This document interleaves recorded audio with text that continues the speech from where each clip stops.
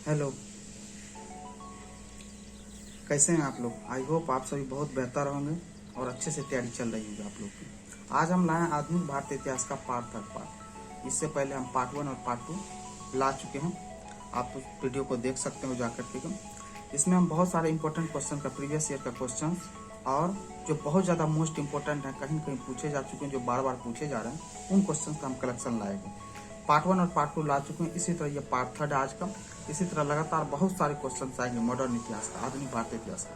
तो आप इस चीज़ को प्रॉपर आप तरीके से आप चैनल को सब्सक्राइब कर लीजिए, ताकि आपको लगातार इस आधुनिक भारतीय इतिहास का महत्वपूर्ण क्वेश्चन का कलेक्शन का आपको सीरीज मिल पाए। चलिए बात को बिना बात के देरी किए हुए चलते हैं, हम आज के सीरीज को स्टार्ट करते हैं। पार्ट पहला क्वेश्चन, इलाहाबाद की संधि के बाद रॉबर्ट क्लाइव ने मुर्शिदाबाद का उप दीवान किसे बनाया था? एक में सिताब राय, बी में मोहम्मद रजा खान, सी में राय दुर्लभ, डी सैयद गुलाम हुसैन।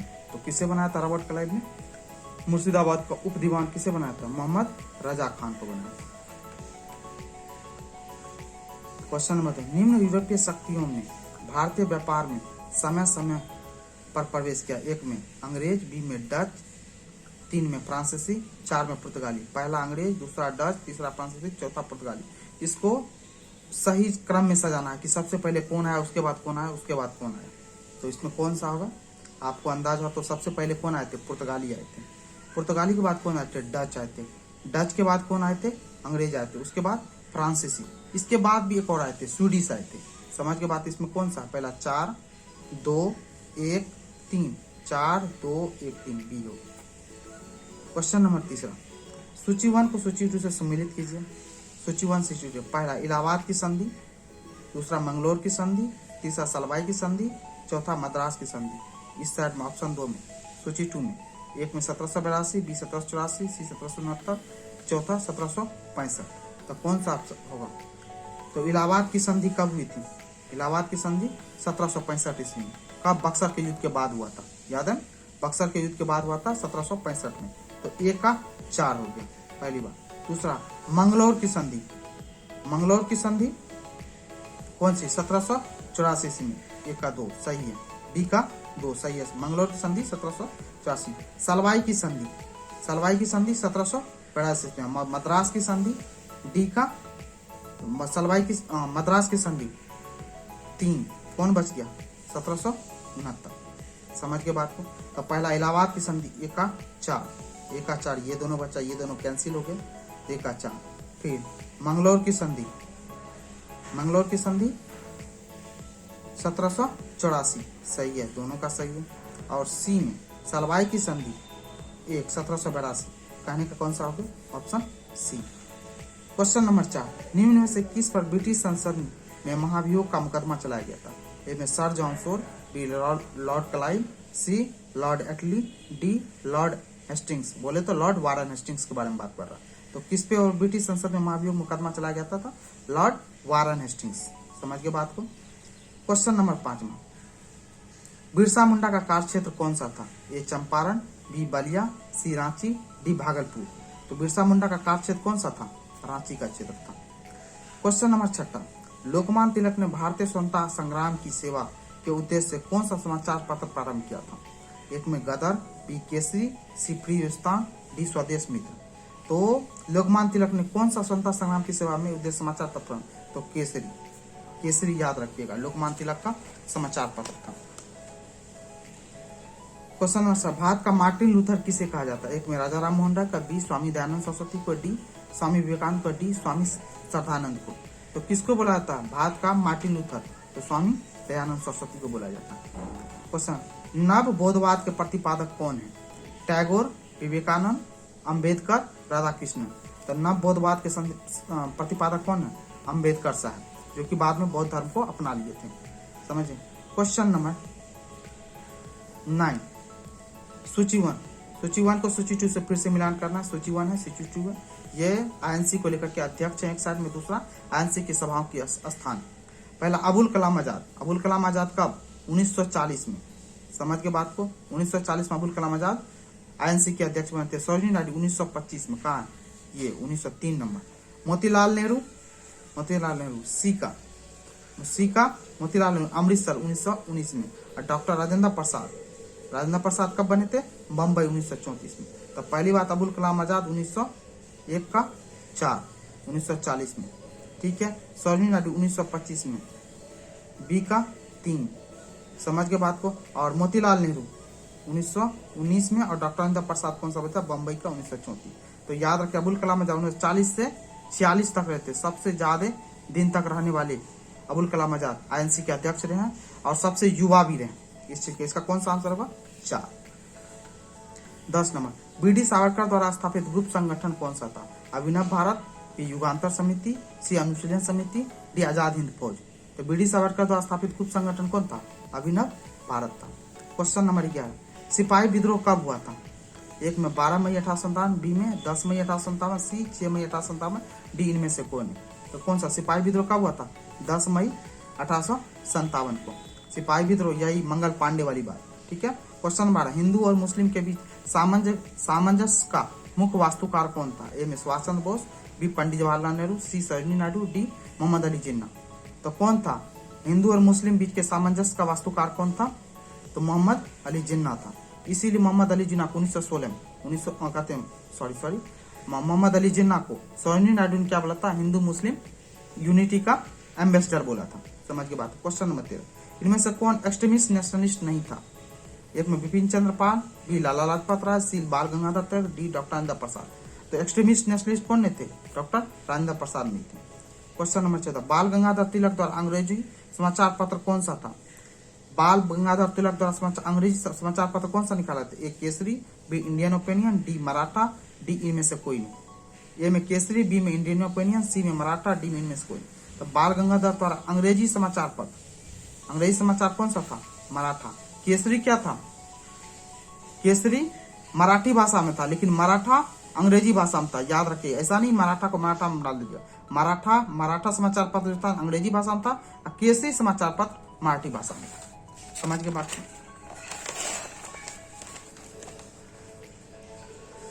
अब देखिए क्वेश्चन नंबर 15 राजनीति में कट्टरपंथी लेकिन सामाजिक मुद्दों में रूढ़िवादी विचारधारा के कौन माने जाते हैं? एक में सुभाष चंद्र बोस, बी मोतीलाल नेहरू, सी रजनी नायडू, डी बाल गंगाधर तिलक। तो कौन है? बाल गंगाधर तिलक।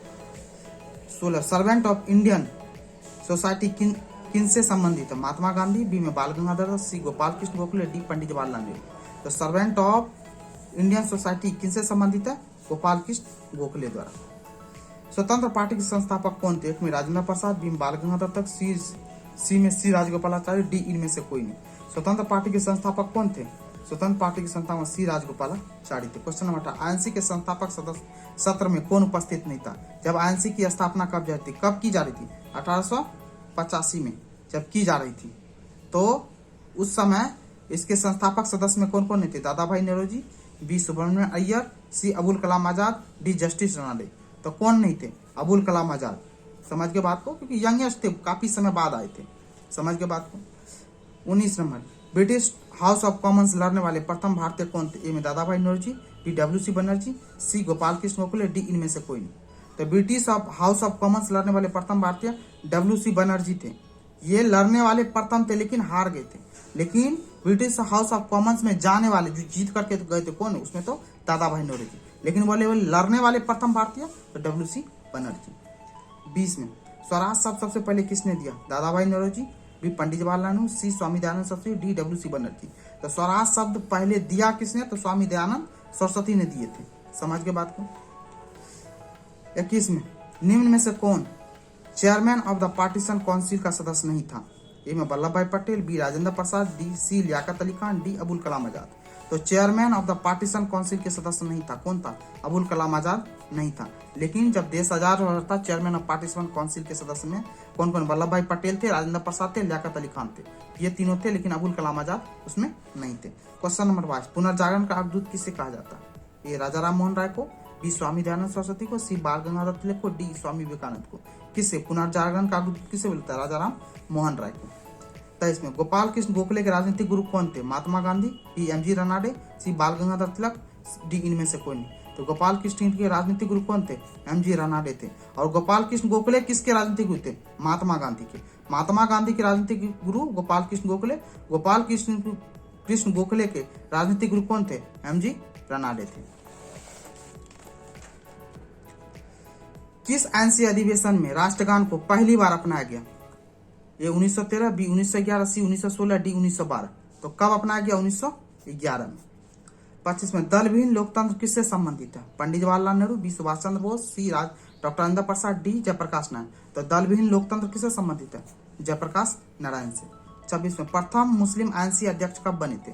एक में 1887, बी 1885, डी 1889, डी 1894।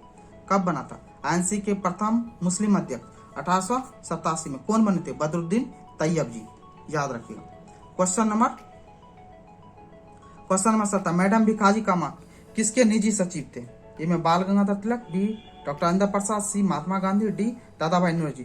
तो मैडम भिखाजी कामा किसके निजी सचिव थे? दादा भाई नेहरू जी के थे। क्वेश्चन नंबर 8, बंगाल विभाजन कब हुआ था? ए में 10 अगस्त 1905, बी 16 दिसंबर 1905, सी 16 अक्टूबर 1905, डी 12 अगस्त 1905। तो बंगाल विभाजन कब हुआ था? 16 अक्टूबर 1905 को। अब दी अल हिलाल किससे संबंधित है? ए में अबुल कलाम आजाद से, बी पंडित जवाहरलाल नेहरू से, सी मोहम्मद अली जिन्ना से, डी महात्मा गांधी से। तो दी अल हिलाल किससे संबंधित है? तो अबुल कलाम आजाद की कृति है। अबुल कलाम आजाद इस पर लिखे थे किताब। ठीक है। ऑल इंडिया मुस्लिम लीग के संस्थापक कौन थे? ए में आगा खां, बी में सलीमुल्लाह खां, सी में हकीम अजमल खां, डी उपरोक्त सभी। तो ऑल इंडिया मुस्लिम लीग की स्थापना उपरोक्त सभी कहने का मतलब है आगा खां, सलीमुल्लाह खां, हकीम अजमल खां, ये तीनों थे ऑल इंडिया मुस्लिम लीग की स्थापना। कब हुई थी? 1906 में। काकोरी षड्यंत्र के संबंधित है किससे? कब? 9 अगस्त 1925, बी में 5 अगस्त 1925, सी 24 अगस्त 1925, डी 16 अगस्त 1925। तो काकोरी षड्यंत्र किस कब हुआ था? तो कब हुआ था? 9 अगस्त 1925 को। क्वेश्चन नंबर 32, पूना पैक्ट 1932 निम्न में से किससे संबंधित है? ए मांडले जेल से, बी रंगून जेल से, सी हजारीबाग से, D Yerwada jail.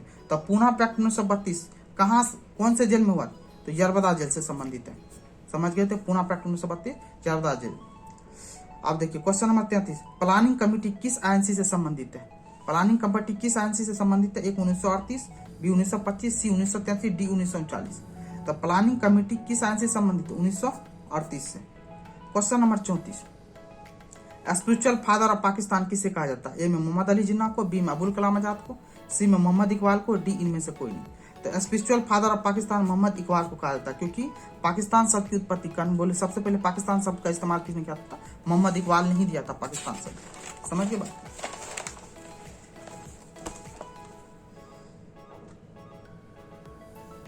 Question number 35, Mohammad Ali Jinnah tower किस राज्य से संबंधित है? ए में तेलंगाना, बी में तमिलनाडु, सी में आंध्र प्रदेश, डी में केरला। तो अभी हाल फिलहाल में चर्चा में भी है मोहम्मद अली जिन्ना टावर किस राज्य से संबंधित है? तो आंध्र प्रदेश से। समझिए। 36, अनहैप्पी इंडिया किताब किसके द्वारा लिखी गई? ए में लाला लाजपत राय, बी बाल गंगाधर तिलक, सी महात्मा गांधी, डी डॉक्टर राजेंद्र प्रसाद। तो अनहैप्पी इंडिया किसके द्वारा किताब लिखी गई? लाला लाजपत राय के द्वारा। Question number 37, direct action day Muslim League द्वारा कब मनाया गया? 10 अगस्त 1946, बी 16 अगस्त 1946, सी 24 अगस्त 1946, डी 12 अगस्त 1946।